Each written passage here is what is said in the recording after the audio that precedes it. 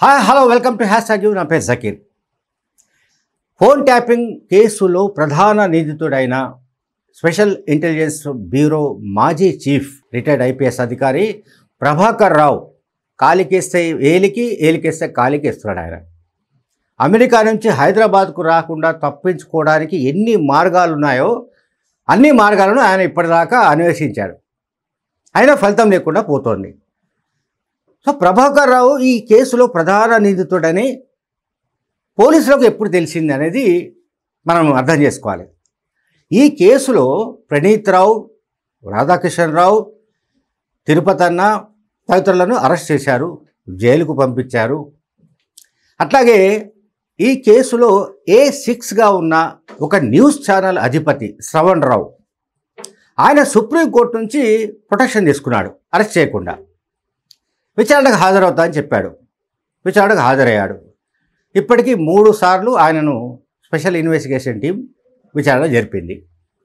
సరే, ఆయన తాడు బొంగరం లేని సమాధానాలు ఇచ్చాడు.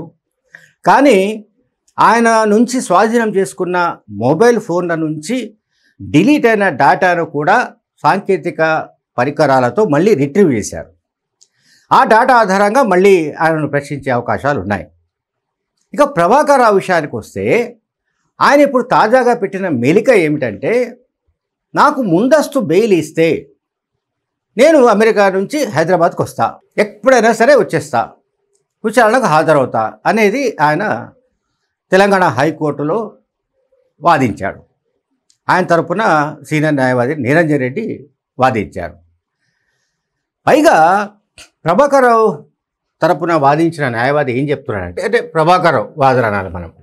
ప్రభాకర్ రావు వాదన ఏంటంటే, ఈ కేసు రాజకీయ కక్షతో కూడుకున్నది అనేది ఒక పాయింట్.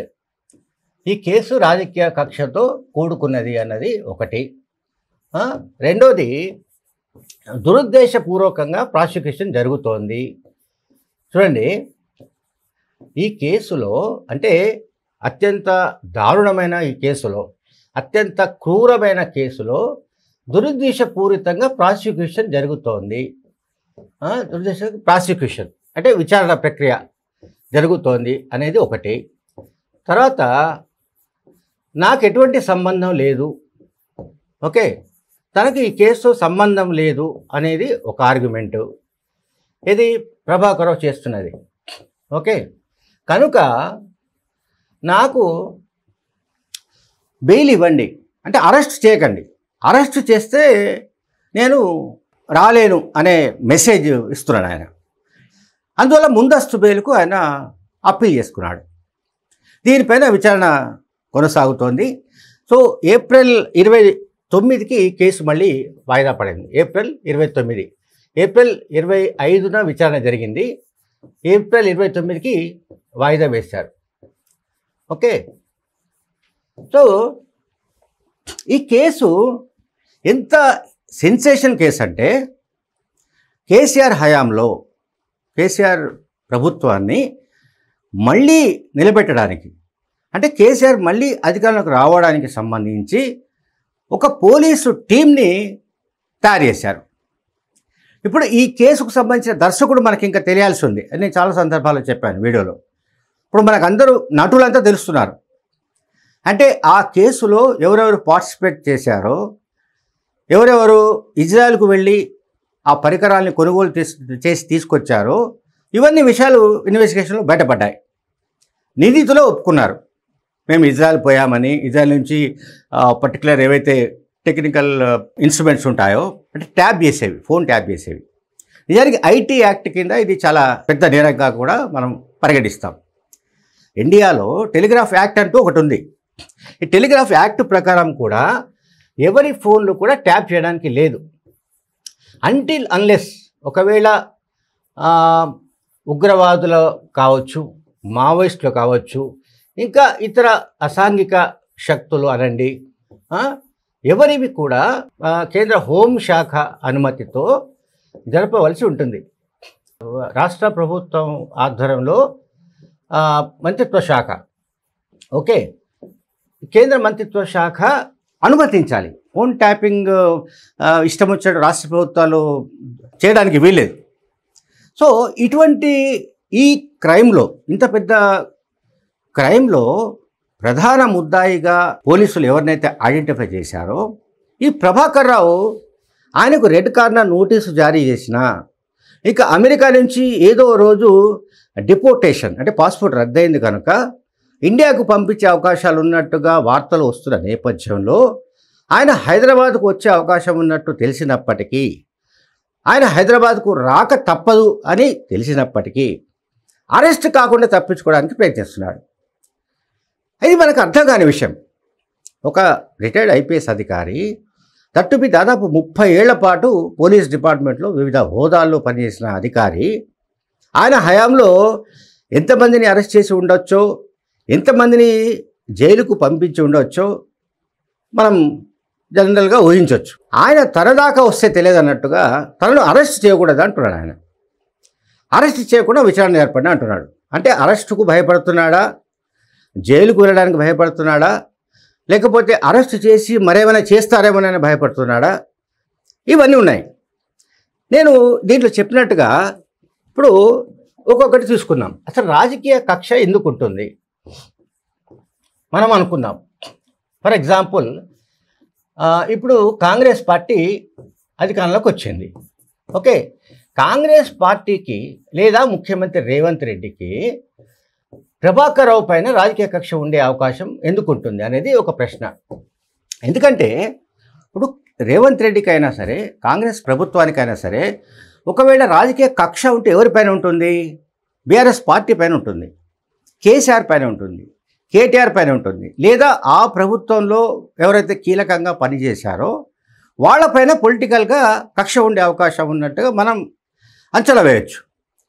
ఒక పోలీస్ అధికారి పైన రాజకీయ కక్ష ఎందుకు ఉంటుంది అంటే, హైకోర్టులో చేసిన వాదనల గురించి చెప్తున్నాను నేను. ఇది రాజకీయ కక్షతో కూడుకున్న కేసు, ఇది ప్రాసిక్యూషన్ దురుద్దేశంగా జరుగుతోంది, అండ్ నేను నిరపరాధిని.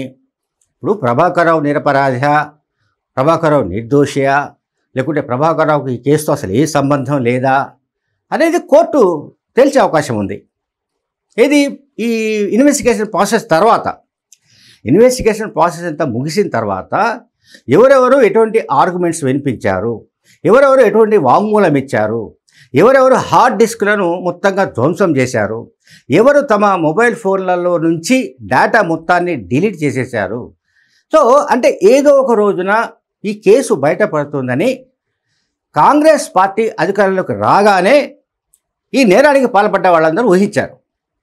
అందుకే ఎక్కడి వాళ్ళక్కడ మాయమైపోయారు. ప్రధానంగా శ్రవణ్ రావు, ప్రభాకర్ రావు మొత్తం ఇండియా నుంచి ఉడాయించారు.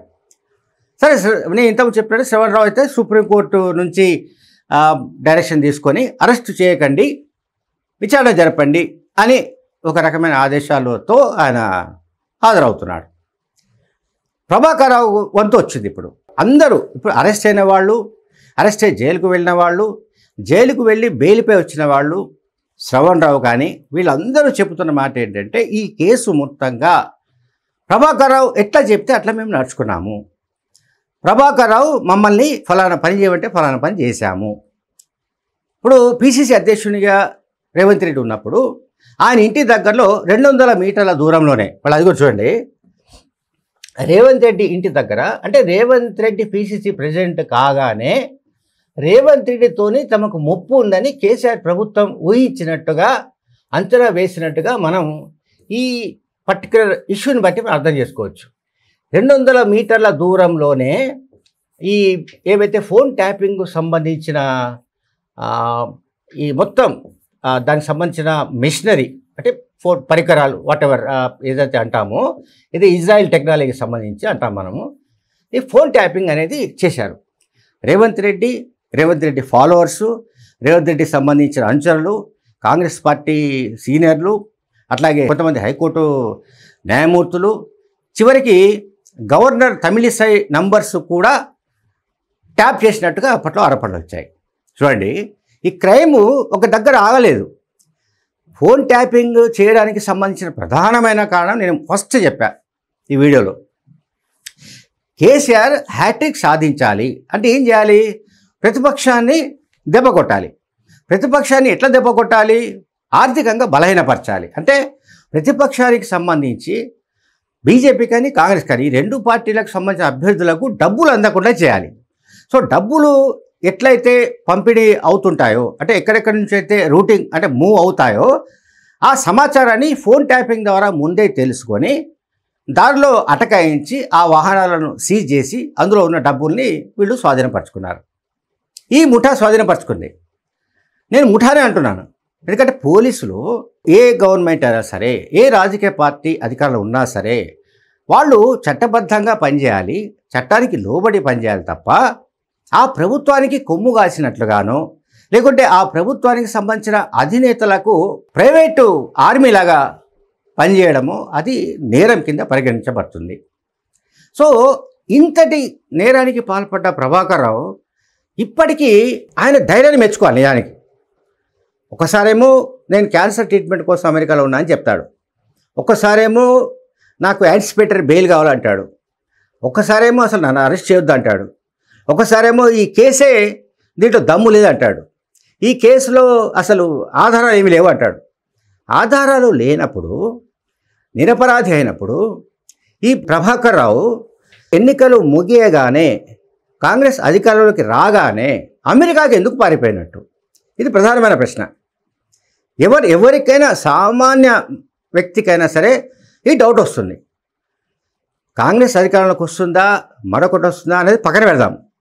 బీఆర్ఎస్ పార్టీ ఎప్పుడైతే ఓడిపోయిందో, కేసీఆర్ ఎప్పుడైతే అధికారం నుంచి తొలగిపోయారో, ఆ వెంటనే ఏవేవైతే నేరాలకు పాల్పడిన వాళ్ళు ఉన్నారో వాళ్ళకి తెలుసు. ఎందుకంటే వీళ్ళైతే పోలీస్ డిపార్ట్మెంట్ సంబంధించిన అధికారులు కనుక తమకు ఎప్పటికైనా సరే తమ కొంప మునిగే అవకాశం ఉంది, తమను అరెస్ట్ చేసి గ్యారంటీగా లోపల పారేస్తారు కనుక ముందుగా మన జాగ్రత్తలు మనం తీసుకోవాలంటూ ఈ ప్రణీత్రావు అనే డిఎస్పీ క్యాడర్ అధికారి ఏమో ఎస్ఐబిలో గతంలో ఉన్న కంప్యూటర్లు ధ్వంసం చేసి, హార్డ్ డిస్క్ ధ్వంసం చేసి, అంటే సాక్ష్యాధారాలను రూపుమాపడం కూడా ఒక క్రైమ్.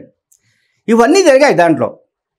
ఇప్పుడు ప్రభాకర్ రావు అనే ఒక ప్రధాన నిందితుడు ఒక కేసులో ఆయన అమెరికా నుంచి హైదరాబాద్కు రాకుండా దావుడు మూతలాడుతున్నాడు. నన్ను అరెస్ట్ చేయకండి, నేను వస్తానంటున్నాడు, నాకు బెయిల్ ఇస్తే వస్తా అంటున్నాడు. సో చివరికి ఏప్రిల్ 29న తెలంగాణ హైకోర్టు ఎటువంటి డిసిషన్ తీసుకుంటుందో మనం చూడాల్సి ఉంది.